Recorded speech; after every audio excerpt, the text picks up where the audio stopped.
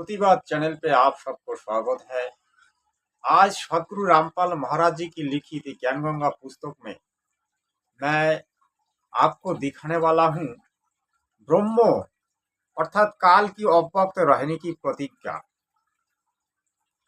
काल क्यों अव्यक्त रहने का प्रतिज्ञा की और काल अव्यक्त रहता है कि नहीं, इस बारे में आज चर्चा करेंगे। आप वीडियो में बने रहे और वीडियो पसंद आए तो चैनल को जरूर सब्सक्राइब करें, लाइक करें, शेयर करें। ब्रह्म अर्थात काल की अव्यक्त रहने की प्रतिज्ञा सूक्ष्म वेद से शेष सृष्टि रचना। सूक्ष्म वेद से शेष सृष्टि रचना। तीनों पुत्रों की उत्पत्ति के पश्चात ब्रह्मा ने अपनी पत्नी दुर्गा अर्थात प्रकृति से कहा, मैं प्रतिज्ञा करता हूँ कि भविष्य में मैं किसी को अपने वास्तविक रूप में दर्शन नहीं दूंगा। काल ने प्रतिज्ञा की वास्तविक रूप में कभी किसी को दर्शन नहीं देगा। जिस कारण से मैं अव्यक्त माना जाऊंगा। दुर्गा से कहा कि आप मेरा भेद किसी को मत बताना, मैं गुप्त रहूंगा। दुर्गा ने पूछा कि क्या आप अपने पुत्रों को भी दर्शन नहीं दोगे। ब्रह्म ने कहा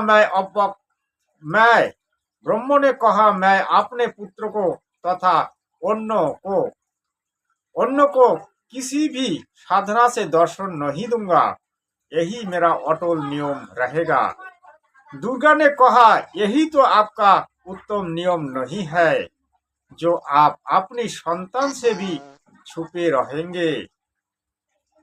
तो काल ने कहा, दुर्गा मेरी विवशता है, मुझे 1,00,000 मानव शरीरधारी प्राणियों का आहार करने का शाप लगा है। यदि मेरे पुत्रों ब्रह्मा विष्णु महेश को पता लग गया तो ये उत्पत्ति स्थिति तथा संहार का कार्य नहीं करेंगे। इसीलिए यही मेरा अनुत्तम नियम सदा रहेगा। जब ये तीनों कुछ बड़े हो जाए तो इन्हें अचेत कर देना, मेरे विषय में नहीं बताना, नहीं तो तुझे भी दंड दूंगा। दुर्गा इस डर के मारे वास्तविकता नहीं बताती। तो आप लोग सुना, ज्ञान गंगा पुस्तक में लिखी है ब्रह्मो काल की अव्यक्त रहने की प्रतिज्ञा। सदगुरु रामपाल महाराज जी ने इस बारे में बहुत वीडियो बनाया। और अगर अव्यक्त रहने की प्रतिज्ञा की तो जब कुरुक्षेत्र लड़ाई हुआ तब अर्जुन को काल ने विश्वरूप दिखाया। विश्वरूप दर्शन योग में श्री कृष्ण की अंदर प्रेतवाद प्रवेश करके विराट रूप दिखाया। तो अगर काल अव्यक्त रहता तो फिर अर्जुन को विराट रूप क्यों दिखाया। भाई, ये जो ज्ञान गंगा पुस्तक है ना, इसमें कुछ ऐसा कुछ लिखा गया जो हमारे शास्त्रों से तालमेल नहीं होता है। क्योंकि कहीं से कुछ ऐसे लेके ये छपाया गया है। इसीलिए हमारे शास्त्रों से इसकी मील नहीं खाते हैं। और इसमें जो भी लिखा है सदगुरुदेव रामपाल महाराज जी की कर कमल से लिखी है, लेकिन उन्होंने अपनी कबीर पंथ को आगे बढ़ाने के लिए ऐसा पुस्तकें रचना की, जो कि लोग कुछ उल्टा जाने, उल्टा सीखे, उल्टा पढ़े, तब तो उनके पास आदमी जाके उनसे दीक्षा लेगा और उनकी बताई हुई मार्ग पर चलेगा। तो आज देखिए, मन तो अपना किया भोगेगा रे, वो सदगुरु रामपाल महाराज जी ने कहा था। और जो जैसा करेगा उसको ऐसा फल मिलेगा।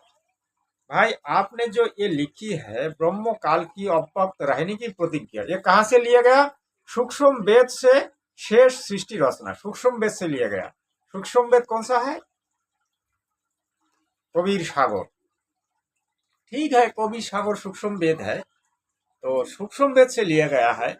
लेकिन काल अगर अव्यक्त रहने की प्रतिज्ञा की तो काल फिर अर्जुन को क्यों विराट रूप दिखाया?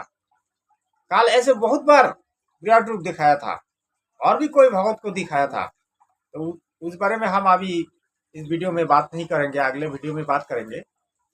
लेकिन काल अव्यक्त नहीं रहता है, काल किसी न किसी रूप में आके भक्तों को दर्शन देते हैं, क्योंकि 21 ब्रह्मांड का जो मालिक है काल अर्थात ब्रह्म। तो जब ओम नाम से कोई पुकारते हैं, ओम नाम जप करते हैं, तो वो विवश होके उनको दर्शन देते हैं।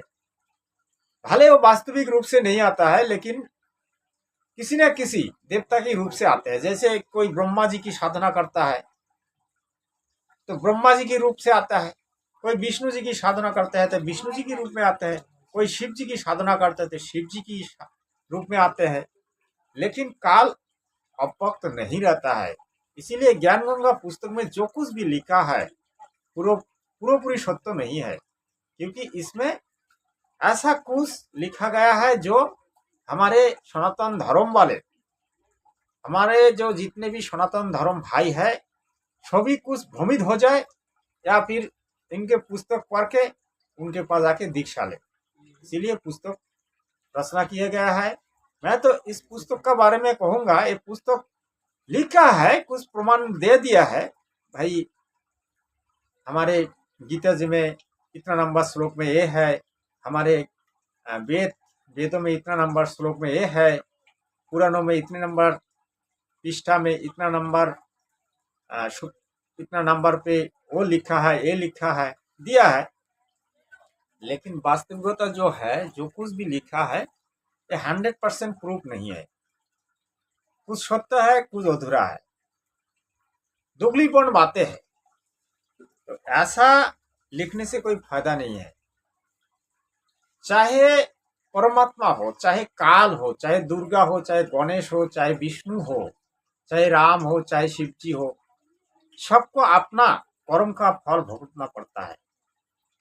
आज परमात्मा की बात, अगर कबीर जी अगर परमात्मा है, ठीक है, वेदों में कबीर जी परमात्मा लिखा हुआ है, हम मानते हैं, कबीर जी को हम मानते हैं, सतगुरु है, कबीर जी को परमात्मा मानते हैं।